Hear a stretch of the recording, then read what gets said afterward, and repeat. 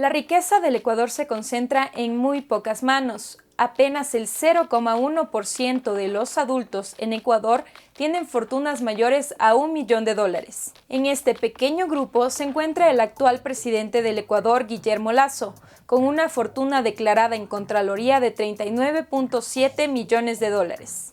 La pobreza por ingresos a escala nacional fue de 27,7% y la pobreza extrema de 10,5% en diciembre de 2021. Estas personas viven con menos de $2,85 diarios. En medio de estos dos extremos se encuentra una clase media que está muy lejos de pertenecer a ese 0,1%, pero no tan alejada de la pobreza. En el Ecuador no podríamos hablar de que existe una clase media consolidada como tal, en función de, digamos, de parámetros y umbrales de consumo y de factores culturales, por ejemplo, ¿no? Y claro, cuando el gobierno dice, no, es que solo se afecta al 4%, 5% de la población, en realidad está afectando, digamos, a cierta población que tampoco no es rica, ¿no? Y está dejando, por otra parte, digamos, o está dando mayores beneficios justamente a los que sí están en el menos del 1% más rico de la población. La concentración de la riqueza significa desigualdad, y es aquí donde los gobiernos deben aplicar leyes tributarias que ayuden a combatirla. En Ecuador no pasa eso, por lo menos no los últimos 5 años. Y eso se debe a que desde el gobierno de Lenín Moreno, las políticas económicas y tributarias se encaminaron a cumplir la agenda del Fondo Monetario Internacional, beneficiando entre líneas a ese 0,1% más rico. Ecuador mantuvo relación con el FMI desde 1983 hasta 2003, con un total de 16 acuerdos. Dentro de este marco financiero, en 1999, Ecuador vivió la peor crisis económica del país.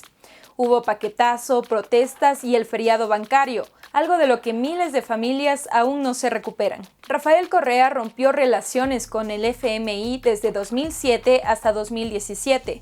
Lenín Moreno, en cambio, después de 10 años de distanciamiento, retomó la relación y empezó un camino de reformas para cumplir con la receta del organismo financiero, aumentar ingresos fiscales y recortar el gasto público.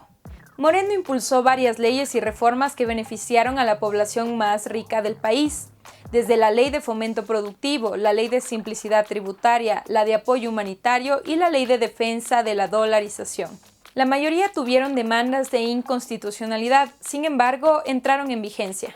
Al igual que Moreno, Lasso planteó una reforma tributaria, a la que llamó Ley Orgánica para el Desarrollo Económico y Sostenibilidad Fiscal tras la pandemia por COVID-19. La ley planteó recaudar 1.900 millones, y Lasso dijo que serían los que más tengan quienes más paguen. Sin embargo, al igual que las anteriores leyes, esta reforma beneficia a los más ricos. Quienes han hecho sus declaraciones puntualmente, declaraciones de bienes, resulta que para qué declararon si luego le podían esconder fuera del territorio nacional y les iban a dar una facilidad en la que además no les van a investigar. Aquí uno pasa de la cuenta de ahorros a la corriente y le dicen el origen de los fondos.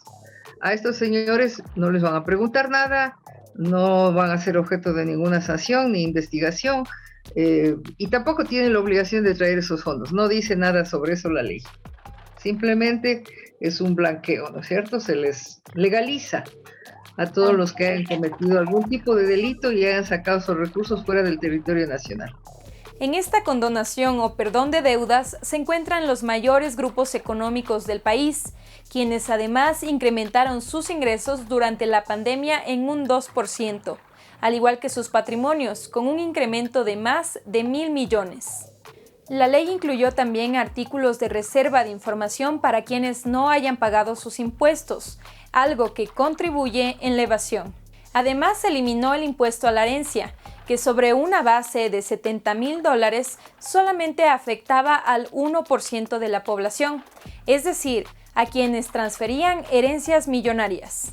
Mientras esto sucede, la clase media enfrenta el incremento de un 280% al impuesto a la renta que pagó en 2021. Y quienes tengan un inmueble como un terreno u otra propiedad además de su casa y decidan venderlo, ese valor será sumado a su impuesto a la renta de ese año, llegando al tope de la tabla de pago. ¿Y todo este dinero a dónde va?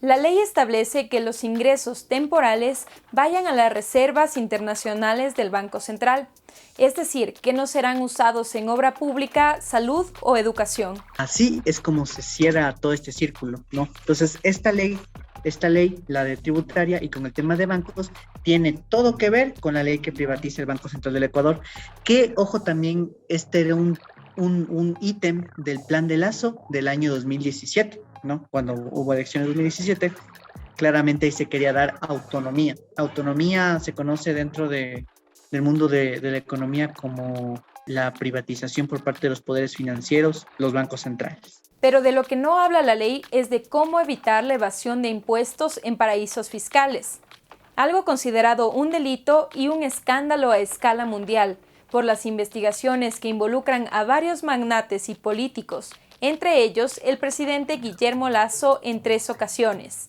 Panama Papers, Paradise Papers y Pandora Papers.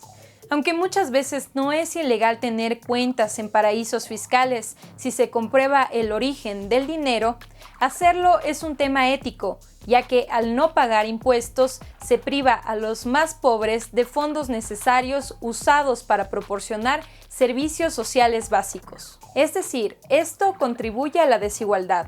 Es por eso que en 2017 se aprobó una ley que impide que funcionarios públicos o candidatos de elección popular tengan dinero en paraísos fiscales. Aunque Lasso actualmente no tiene relación con cuentas vinculadas a paraísos fiscales, empresas como Banco de Guayaquil y Banco Banissi en Panamá hoy están dirigidas o son propiedad de sus hijos, su esposa u otros familiares. La desigualdad acrecentada por la pandemia dejó a 3 de 4 personas en la pobreza o vulnerabilidad, mientras que el 0,1% se hizo más rico.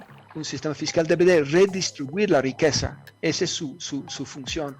Y actualmente en toda América Latina, la región es más desigual después de aplicar los regímenes fiscales. Es decir, que el sistema fiscal reproduce la concentración y la brecha de riqueza en los países.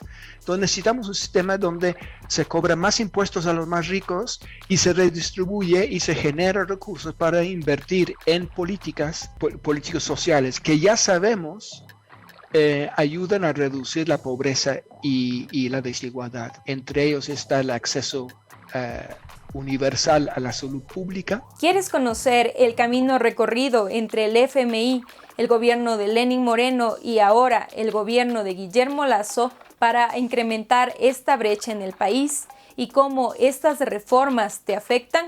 No te pierdas nuestro especial, cuando el 0,1% se sienta en Carondelet, disponible en nuestra bio.